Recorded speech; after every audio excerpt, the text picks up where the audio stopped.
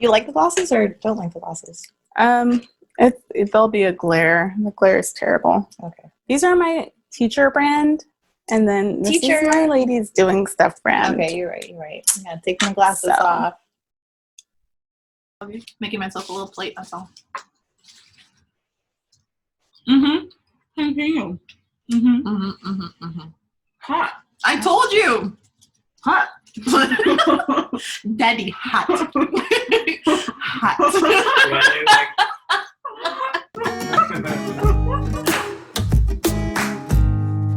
It's only 15 minutes past start time. Granted, this is Miami time. I'm sure you guys should be used to it. We actually had time to eat. LA rushing. It was great. It was magical. Really? Where'd you guys go? Oh no, we had food delivered. Oh, fancy. So Uber Eats and stuff like that, or DoorDash. What does LA use the most out there? I use my boyfriend. He's really good at getting food for me and bringing. Oh, but he can cook though. He can. Oh wait, no, this is a different one. Hang on. Whoa. We have a lot to catch in. Yeah, change. Let's formally introduce this episode, shall we? Yeah. Hi guys, I'm Amber Elena. I'm Charlie. And I am Derek Lane from the Last Word Podcast. Derek Lane from the Last Word Podcast. People has joined us once again. I like that. Where's the ladies doing stuff jingle? Ladies doing stuff. There we go. Yeah, so it's been so long since we last spoke. I actually had just pulled up our last episode because we were trying to remember, when did we last speak to you? It was like almost 3 years from the day. To the date, yeah. Yeah, really? February 21st, 2018 is when we recorded. So this is like the anniversary, the podcast anniversary, Podiversary. Podiversary. It's our Podiversary. Yeah. Podiversary. I like that. So how have you ladies been? It's been 3 years since, well, we spoke on and off throughout 3 years, but how have you two been? Yeah. God, wait, hold on. The question is, what do you last remember? Yeah.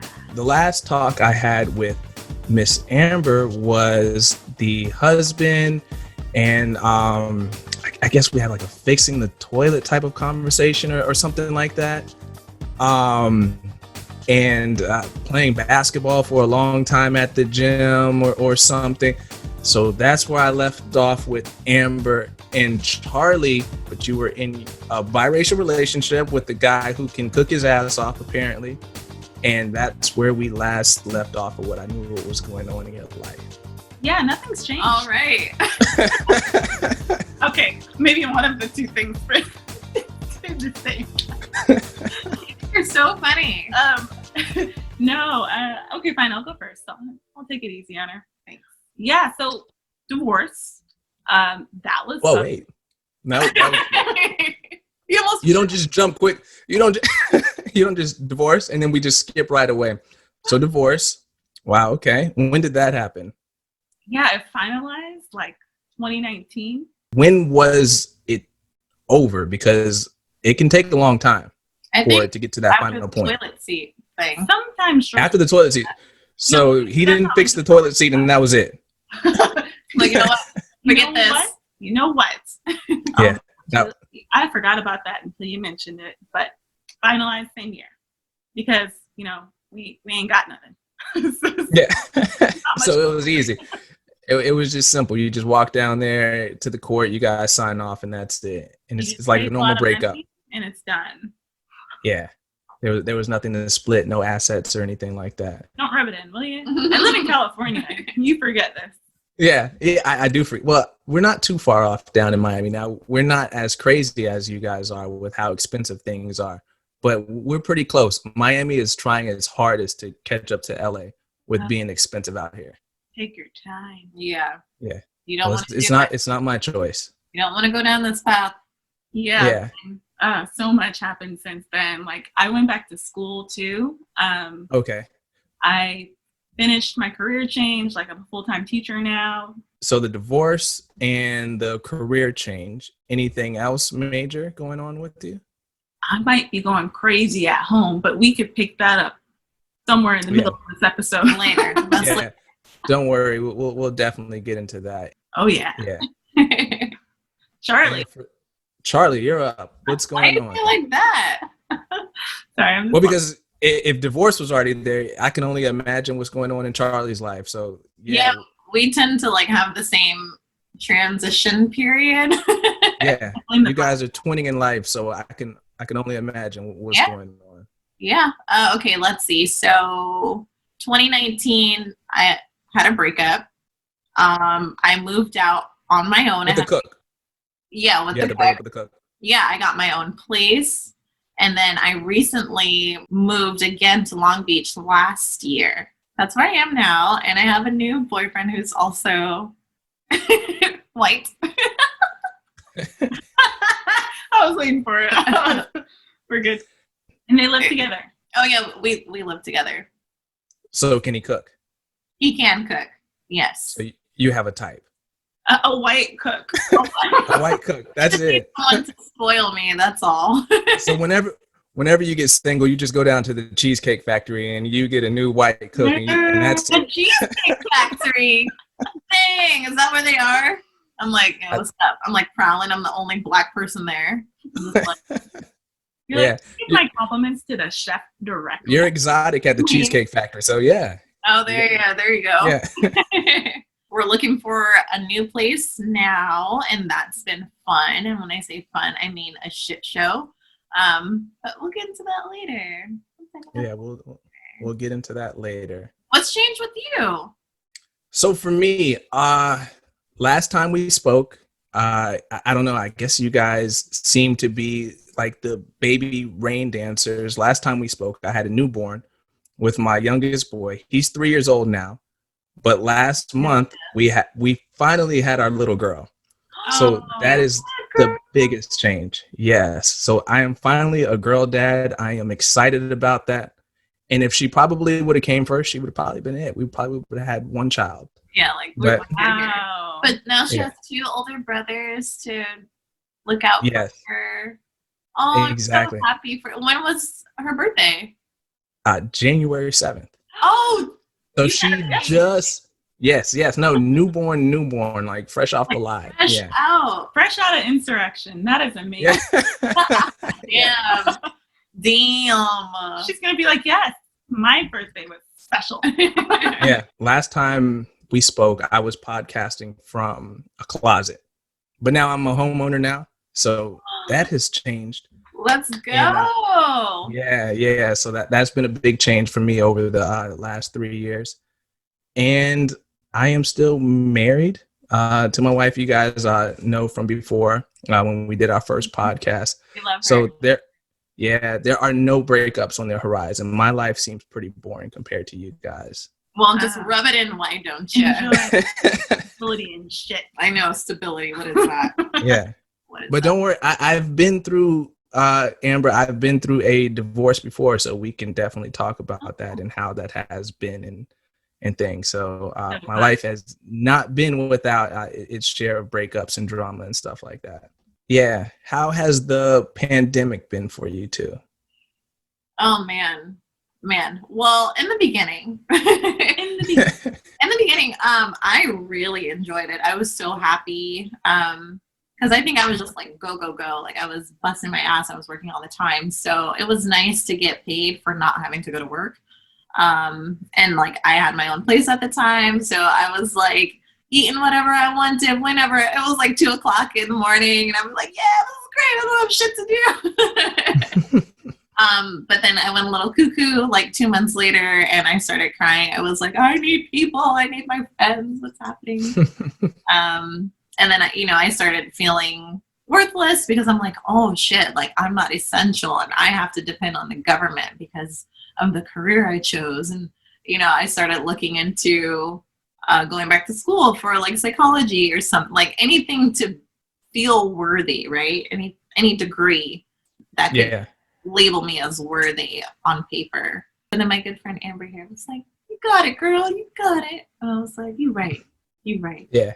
What type of things did you do to cope with how the pandemic was going? Like, how did you adjust to that after your 2-month breakdown? What did you do for it to be consistent? Because not much has changed since the lockdown initially that happened with the pandemic. And here we are now, a year later, things aren't much different. There's no end in sight necessarily. Yeah, a lot of meaningful conversations. Everybody turns to Zoom, texting more, reaching out more. And then just I held like virtual bake-offs. Like for me, planning events and getting people together was a really key component of staying sane and just keeping connection with people. So that's where I am now, still doing it. Yeah, that's cool. That's cool. And what about you, Amber? Because you're coming off of a divorce, then going through the pandemic. How was that for you? I must say that I'll take pandemic over divorce any day of the week. Any day of the week. That's serious.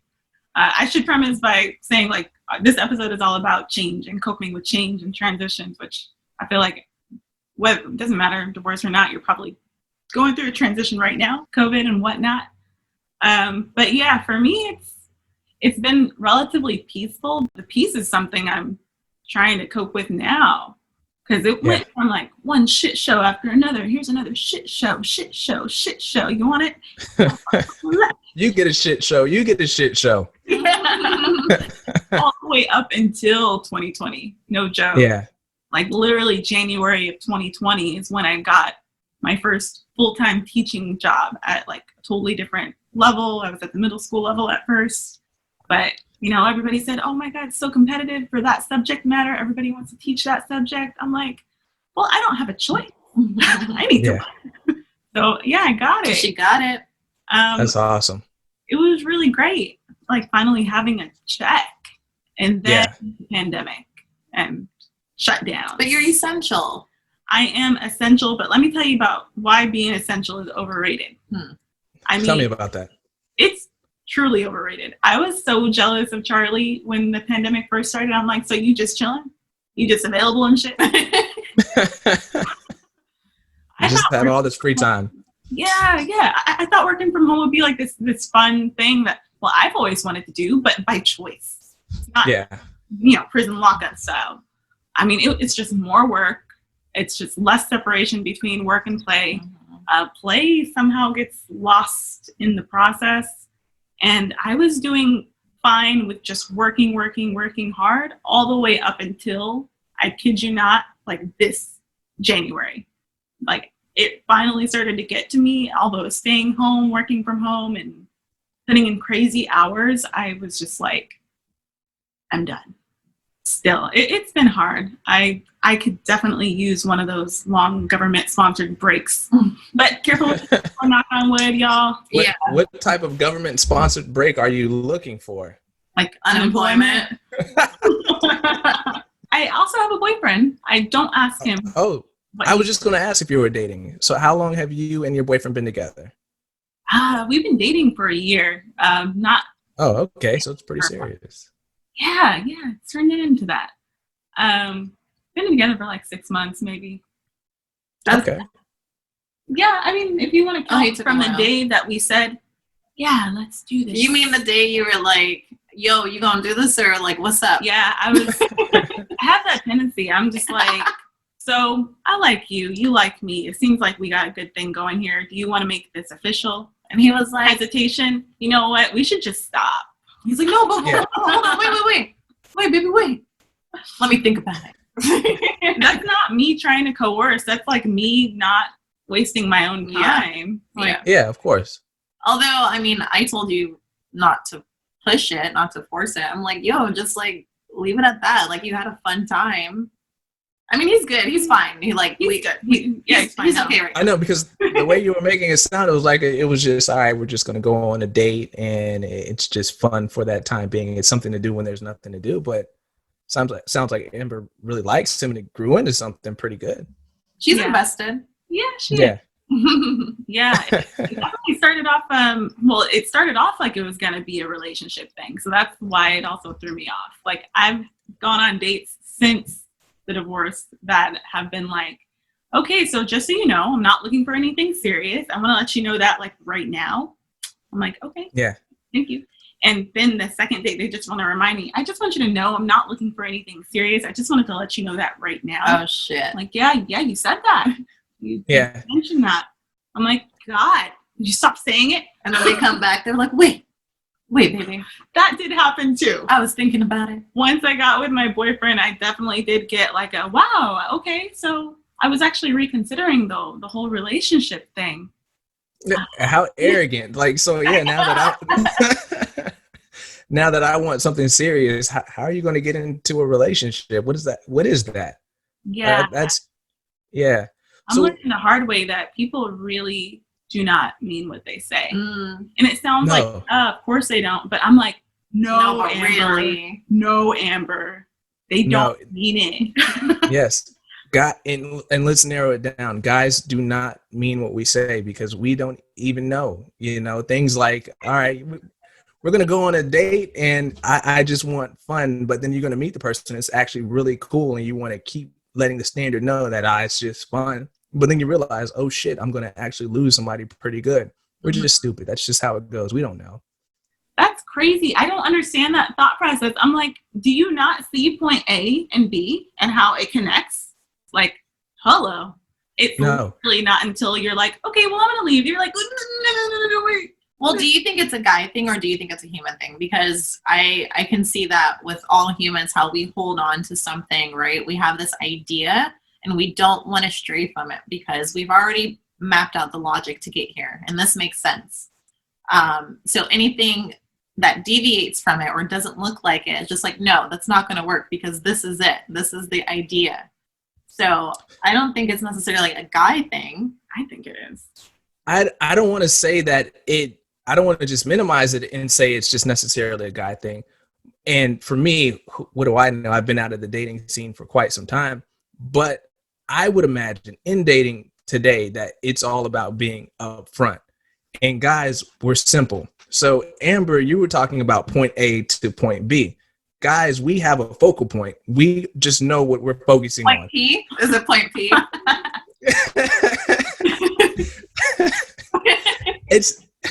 It's just simple. I just want to let you know that we're here to have fun because I don't want to give mixed signals. I don't want to come on this date, on our first date, where I'm coming to you. You may want something long term and you want a full commitment.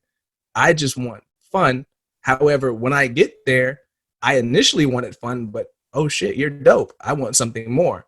Takes us a little while to break that cycle of that focal point of it's just fun. It's just fun. It's just fun. No, I actually want her. It takes time for us. So yes, it can be a human thing, but guys, I'm telling you, we're really simple.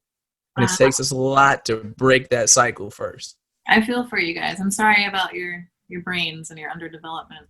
It's like the Fresh Prince episode where Will Smith went up to the girl. I just apologize on behalf of my gender. Like, I just don't know any better. Yeah. She was just quoting Fresh Prince. I was like, how come you don't want me, man? How come you don't want me? She started swinging and everything. Come on, man. That's touched my mind lately. I'm like, none of it's real. They just say things. Yeah. Why do exactly. you always ask? I'm like, why? Like, I pry and I keep going because people don't say what they mean and they don't mean what they say. You have to. It's because we're going to just give surface responses. It's just like asking somebody, how are you doing? First response, fine. We don't think about it, but deep down, if you were to drill down, like, all right, fine. Well, how was your weekend? And then they tell you, well, I was home alone and I didn't have anybody call me and my cats just kept me company. And you find out that, oh shit, this is a lonely person. You actually, yeah. When you get past the fine. Yeah. I have these cards. So this is something else that's been keeping me sane and connected to my family and my friends. But we have these cards called the Skin Deep, and they're just all these introspective questions that really initiate a conversation and help you to dive deeper into like your thought process or what you're feeling or what you felt in the past. So Amber and I played it a few times. Actually, we play it all the time now. Yeah, we do. Whenever there's like a lull in conversation. Really? Are you having trouble getting that out? Pull a card. Oh yeah, let the cards. Hang on, let me go get the. Yeah. What's it called? We'll pull those out for you. Every time a guy is involved, they have to think for a good 5 minutes. They're like, I don't know. You know what's crazy? Because my boyfriend was just telling me, I was walking on the way over here, and he was just like, the amount of information that you store and then say and then track is pretty insane. I'm starting to see that guys have this laser focus. I have to do the thing, but I'm like, And that's the only thing. but I'm like, Yeah. but why are you doing the thing? He's like, I don't know. Exactly. If I a don't guy know. can tell you, he can multitask, that's a lie. We can't. We just have a focus, and that's it. Female brains are wired to be better. I told him that.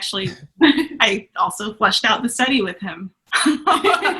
Here, so you pull a So- card, and then we'll Okay. get into the nitty gritty of Okay. this Yeah. Let me episode. see what these cards are about. All right, this is foreplay. Shit, what's the climax looking like? Okay. I want to know. Well, first, who is the card for? It's for Derek. Okay. All the cards are Oh going shit. All the cards are gonna be for me. Okay, here it is. It might be One backwards. sec. Could be. Well, Okay. I could also read to you. It's totally fine. This No. card says, why do you think we get along so well? I am to backtrack it and what I said before. I'm an introvert, so I am big on vibes and energy with people. I can't do small talk. I suck at it. So how I'm interacting with you guys right now, that does not happen in the real world for Derek. I am quiet. I just go about my business and that's it. Because there's something that I need to feel from the person. So I feel like we get along because our energy is compatible. That's pretty simple. Would Didn't you take me 5 vibe? minutes for that one. Yeah, we vibe. That's it. He was thinking Yeah, we about it. vibe. He was thinking about it. Vibing, just vibing. Okay, I want to ask. Yeah. So next question. That was pretty. I don't know if Sorry. this is applicable. Is this backwards to you? When do you trust me as a podcaster? I do not have guests, or at least my podcast has never had a guest because my podcast is the last word. Makes There's sense. no chance for a rebuttal. So it's just me giving my opinion because I don't have, the space for one. It's my process to get out whatever I need to. As far as when do you trust me, that one is another simple one. Until there would be a reason to not trust. A lot of people walk around with this wall to, shield them from people. But if you have that wall up, you would never know if that person, or in this sense, you two, are people that I can trust. You guys never gave me a reason not to trust you. We came up with the idea to have a collab podcast back in 2018. We did it. We set a date. It was on time. There was no hiccups. There was nothing where anybody said, "Oh, I can't do it right now," or "I'll get back to you." No one flaked. So there's no signs of a contradiction for me trusting you. You guys get that off the bat. So that's just how I operate. You ain't gave him a reason. Good thing I didn't. Yeah. Today. I was like, she's gonna do it. I feel was it. like, I feel it. I feel it in my Yeah. bone. She about to flake. Yeah, I thought she was going to flake because she didn't respond yesterday. And then it was only you and I really talking about doing this show right now. What to do next is this. oh, I didn't respond yesterday. My bad, y'all. Like for real, I've been all over the place. I've been forgetting stuff. I've been double booking. It's been crazy. It's been nuts. I'm trying to get things in order. Bam, bam, bam. Yeah. Talk about it because I feel it. I feel it from here, but I don't know. I don't know what's going on. I think the biggest thing is me trying to find a home, like a new place. So Derek, my partner and I are subletting from his former coworker. So we thought we had until June of this year, but we talked to her in January, and she's like, "Oh yeah, actually, my contract is up here, so I'll be back in April." So we're scrambling, and in like the apartment rental world, that's a pretty big deal. Like, 2 months. It's been really messing with us. So we've been scrambling. And then not to mention, there's some credit shit going on. I'm going to be completely vulnerable. There's some collections that I still have from previous relationships and, getting into shit that I had no business doing. That's on my record.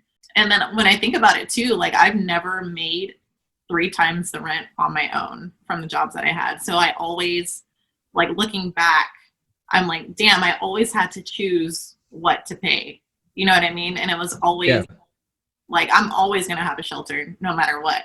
If that means I have to be late on a car payment, then that's what it is. But now, that's biting me in the ass because everybody's hypersensitive. All these landlords are like, oh, 3.5 times the rent, and you gotta make this much. And even though, like, between me and my partner, we make a significant amount, but because of shit in the past, they're like, oh, well, your debt to ratio income, or your income to debt ratio. Yeah. Are they just like paranoid because of COVID? Yeah, I do think that this is the absolute worst time to be looking for a new place because everybody's hypersensitive. I'm like, we are good people and we have excellent rental references, and that's still not enough for you. You know what I mean? Like, we make a really good income. It makes me feel like a shit person, honestly. Like, I feel irresponsible. I feel like an idiot because people my age are now buying homes and I can't get approved for an apartment. You know what I mean? So I think that's what's been really fucking with me, and my mind has just been focusing on one thing, find a home, fix your credit, get more money, find a home, fix your credit. I have one new job that has like 80 different things entailed with it. I have another job. I have my private practice. I'm trying to, be a really good girlfriend. I'm trying to be a good family member. It's just a lot for me, It's a lot. It's a lot to deal with, especially because I'm in the wellness industry. So I feel that there's so much that I give and I don't really have time to regenerate, That's me in my life. Yeah, it's a lot. Yeah. So one thing I've learned during the pandemic, prior to, there were a lot of, pompous, arrogant people who would simply tell you that you need to have a rainy day fund. You need to have in your savings 3 times your salary available to draw from. But this pandemic happened, and we were able to see governments, businesses that couldn't even last 2 months. Yeah. So when you're over there feeling like shit, everyone is in that position. Everyone is struggling. And it's not a reflection on you. It's just the way that our fucked up country generates and operates. That has nothing to, and you have Amber next to you, the economics teacher. If you want to sit through one of her, lectures, good luck. But I'm sure she can attest to the fact that there's so many counties, there's so many states, so many other just local governments that just can't make it because their finances are not in order. And then when it comes to landlords and property renters, they too are in fucked up positions where they need to collect money. For example, when there's moratoriums on apartment complexes where they allow the tenants to not have to pay any rent for X amount of time. Well, these landlords, their credit, their finances are in a bad position.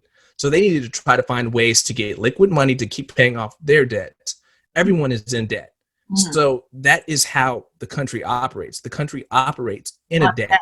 I had to come to the realization. So last night, I got a phone call from a place that we really, really wanted. And she was like, yeah, I'm just not really comfortable with you guys and your like income to debt ratio. And you guys are really nice and this, that, and the other, and blah, blah, blah. But then I just had a moment. I was like, you're not mad at her. It's just the situation. So she's doing what she needs to do because that's her business. And she said herself, she's like, we're in debt too. They have a triplex. And out here in Long Beach, it's I think they paid 1.5 for it. $1.5 million. Wow. But that doesn't make it hurt less. Yeah. You know what I mean? Yeah, no, of course not. And we were just like, hey, you're going to see some stuff on our credit, and this is what it is. We made some poor decisions in the past, but our rent has always been paid on time. And to hear that wasn't good enough, it made me feel really shitty and like I don't have my shit together or I don't know what I'm doing. I've been going through this period of letting go. And that sounds vague, but letting go of what I think that I want and I think that I need and letting things just happen. For me, this is just me offering what I've learned when I've been in positions where it just felt like I'm making progress at something, or I'm trying to make something happen that's outside or beyond my control. So I'm doing everything. You guys, like me, we are go-getters. So if there's an opportunity, for your example, you want to get in a new place, so you're doing everything possible, you're straight up with these landlords, you're letting them know everything, but something is not going for you in your favor. I know in the middle of the woods, this doesn't offer much type of solace for you, but it's because something is not for you. And I know we hear that so many different times and so many different cliches, but it's said because it's really true. Because you want a certain property, or you want to be in a certain apartment right now, you'll take anything, but you're not a person who deserves anything. And that's what's going on right now. You can't just go for anything. Damn. That sounds like what Charlie would say to herself if she had all the things that you want. Like, it's like what Charlie last year would say to you, to be honest. Yeah. The two Charlies have been going back and forth with each other. You know, I'm still human at the end of the day. So while I do realize this, again, I will say that it doesn't make it hurt less right now. I'm sure like in the next 48 hours, I was like, damn, but you're absolutely right. I say, like, let it hurt so it could stop hurting. Yeah, that's one of my biggest things. Whenever I'm going through something, I always get pissed when someone wants to try to make me instantly feel better. But just to plug my show, last week I was talking about balance, and there are good days. There's always going to be good days, but the bad days, you have to experience those and live those as well. You can't just instantly get back happy. So if you're hurt, if you're down, you have to go through that. You have to experience that. You have to deal with that. That is a part of living. It's not balanced to always be positive all day, every day. A part of me felt like a spoiled little kid because I feel like I always get what I want. You always do get what you want. It really does happen the way it's supposed to. And take whatever time you need, however you can get it. Mm-hmm. And I mean, don't put pressure on yourself that's not there, or that doesn't need to be there. You're and right. Just because you're a wellness coach does not mean you have to be well 24/7. No. You know, allow your friends around you to be the ones to lift you up as well. Ooh, I like that. Lift you up. There we go. Yeah, it wouldn't be a Ladies Doing Stuff podcast without the random jingle. Right? Yeah. Yeah, well, it's good to know what's been going on. But yeah, I mean, this transition, I'm so used to transitioning that I just want to move. Like, I want to move. Like, literally move. Like, you want a transition? Yeah. Like, I'm jonesing for it. Ooh, you crazy. I might be traumatized. Yeah, I think so. No joke. You know what? I did stop myself about 6 months into being into my new apartment. I looked around and I'm like, I'm getting pretty settled here. We gotta rip some shit off the walls. I should leave. Like, no joke. I was like, what's wrong with you? You know, who does that? Now it's calmed down. I talked myself down, but it's 6 months later. And again, I'm on Zillow, like looking, inquiring. Yeah, no joke. And it's not like things with my roommate are fine. I'm just like, I can be on my own. Like, I could afford it technically, but I don't have like a really good reason to move. I'm just like wanting to move. And that messes up. You just want change. I think so. Like, you just want a new scenery, or do you want your own space? I think both. Oh shit. Both. But like, again, there's no good reason. You talk about feeling spoiled. It's just like, you don't need it. You just kind of want it right now. You're like, this is how I always had it. I didn't. I did not have the options, and now I do. And now I'm just choosing weird shit. Like, this is not necessary. I need you to choose greatness. Well, I mean, what does that really mean? Who's to say that move couldn't be great? I just wish I had a better reason for making it. I don't know. Well, sometimes you don't listen to your logic. Sometimes you just need to go with what you're feeling. And if you're being pulled in that direction, I think you should go for it. Really? But then again, we talk about our future goals, right? So we're both like in this process where we're trying to get shit right to purchase property. So it's like, all right, what do we really want? Do we want our own space right now and spend a little bit more? Or do we want to sacrifice and save up so we can have what we want in the future? Mhm. And then it's like that future in California, if you're trying to make it happen, I'm like, oh, good, 48 years old, I'm in the game, you know? So I'm like, do I sacrifice that long in order to just get a little bit closer to the goal? Not if we all come together. I'm down to live on the commune, you know, like Let's a go. nice young hippie family. Let's do it. So that brought up a good point when you talked about basically the end game. So when we talk about transitioning and changes, I'll start with you, Charlie, as you are going around trying to get into place and get that consistency for a sanctuary for you. What does the end result look like for you in this transition period for you? That's a good question. I'll start with the current one. Our current one would be a space where we could feel safe and comfortable, something affordable. And that looks like, 2 to 3 years of us staying there, paying rent, and then being able to set some stuff aside. In the meanwhile, we're both working on our credit. We're both saving. Later down the line, I will be moving out of state. That's okay. To purchase a home. I see it with multiple acres. This is her breaking it to me. Yeah. Yeah. I'm like, hold on, California's strong. Yeah. This is the prequel to the breakup. Yeah. No. We're still doing this damn show. I was going to say, hold on. No, she's going to be living on my land. Yeah. On your land. Tiny house with people. Yeah. Okay, that's cool. Yeah. And for you, Amber, going through your transition phase, what does the end result look like as you're moving toward it? I want to make it work in California. I got too many ties here.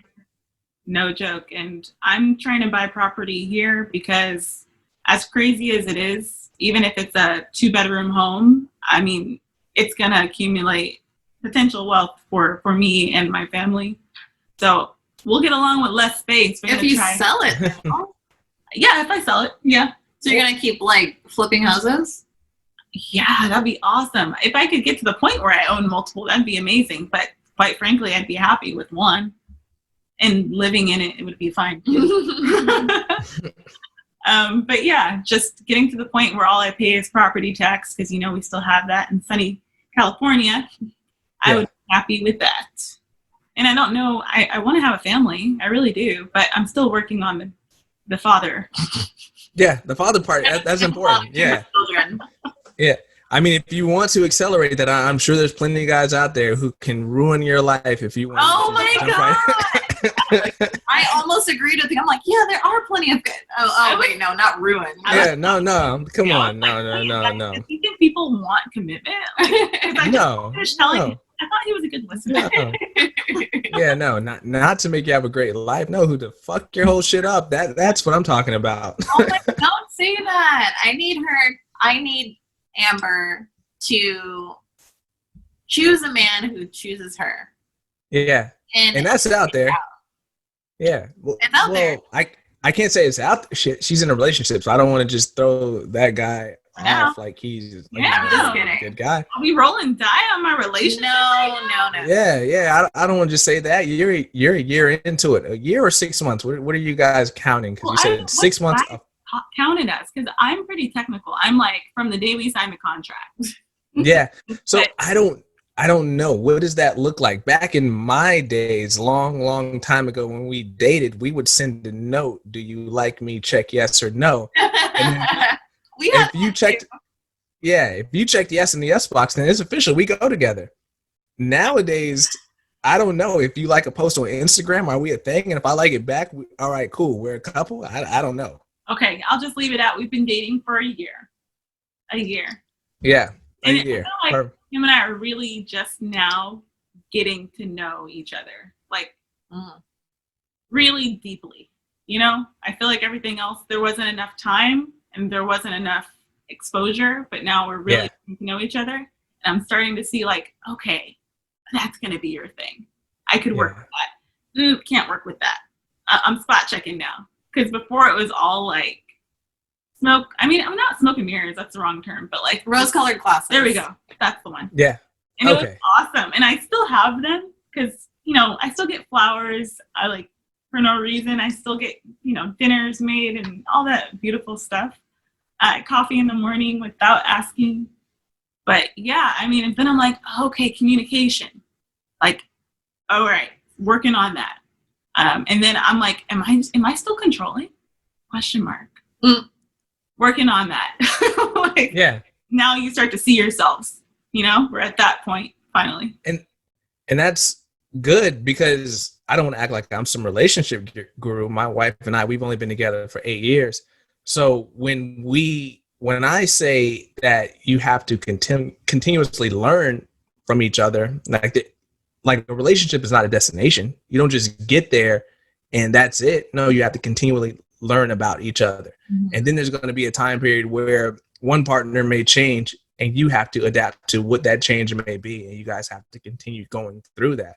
So when you say that there's things that you guys are like, I can deal with that, I can't deal with that, and things of that nature, that's a good point to be at, to know that you're assessing where you're at with your partner today, because tomorrow it may be something completely different.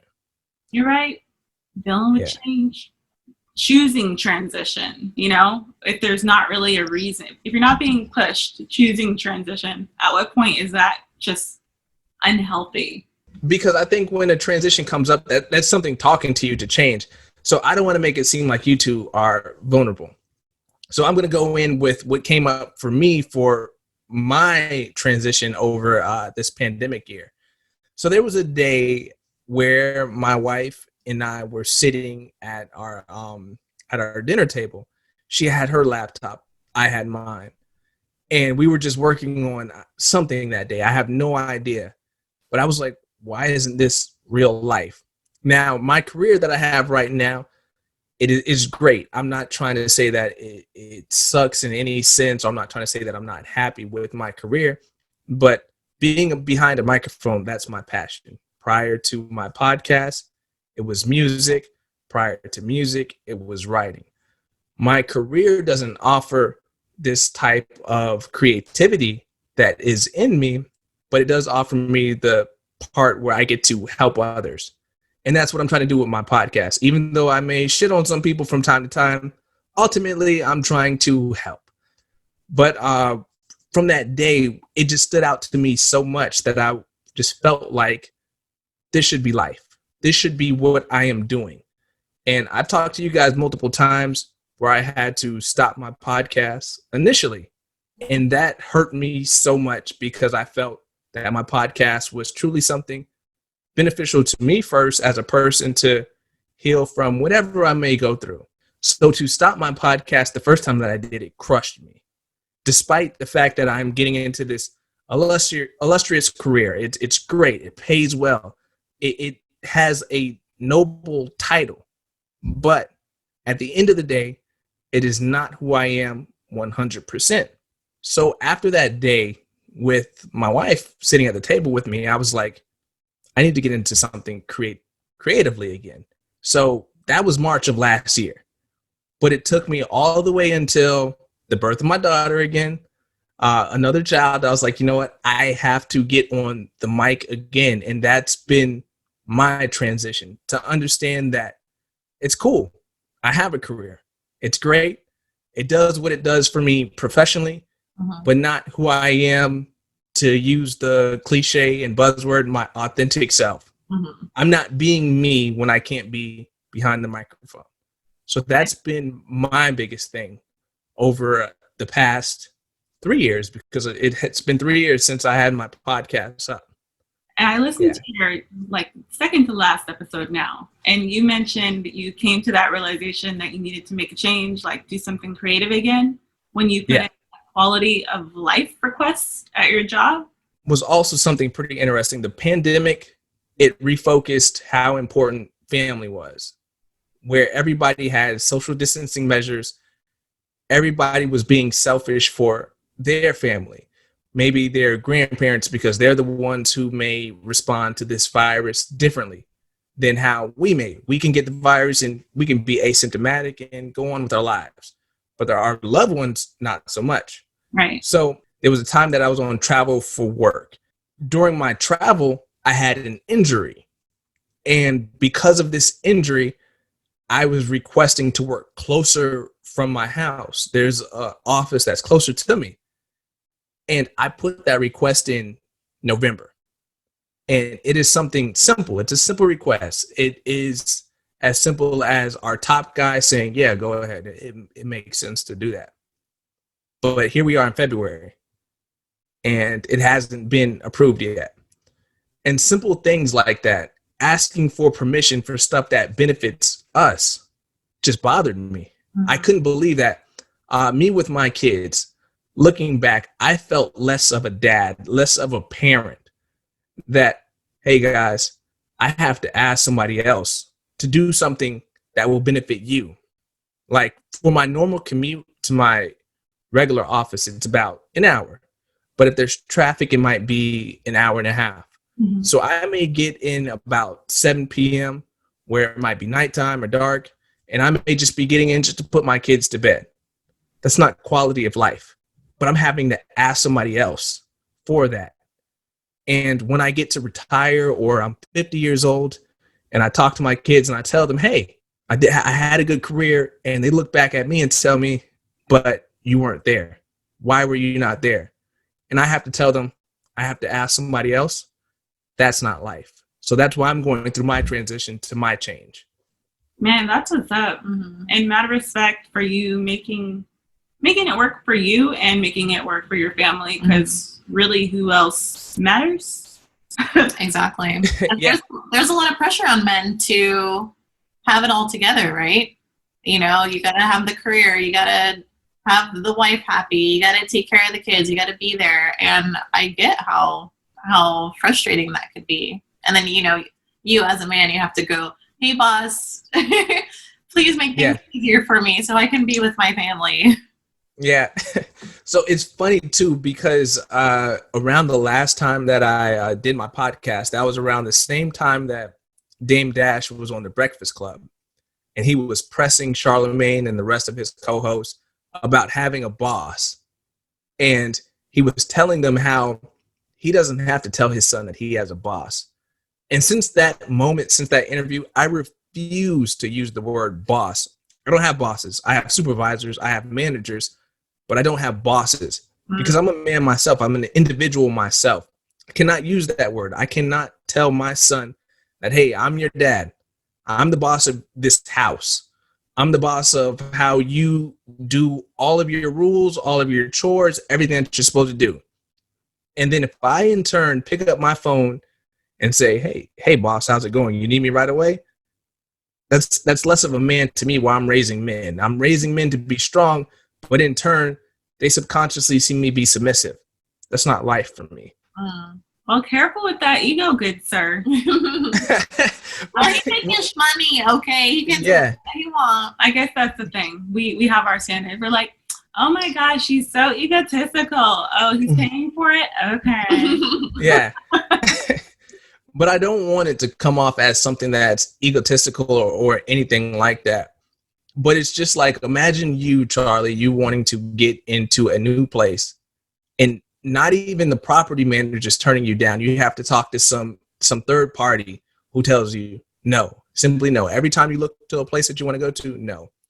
For you, Amber, when you are looking to get into a new relationship or progress your life, someone's telling you no, or you have to seek counsel from someone else before you can do anything. You don't need an approval to live your life. It's not arrogance. It's your life.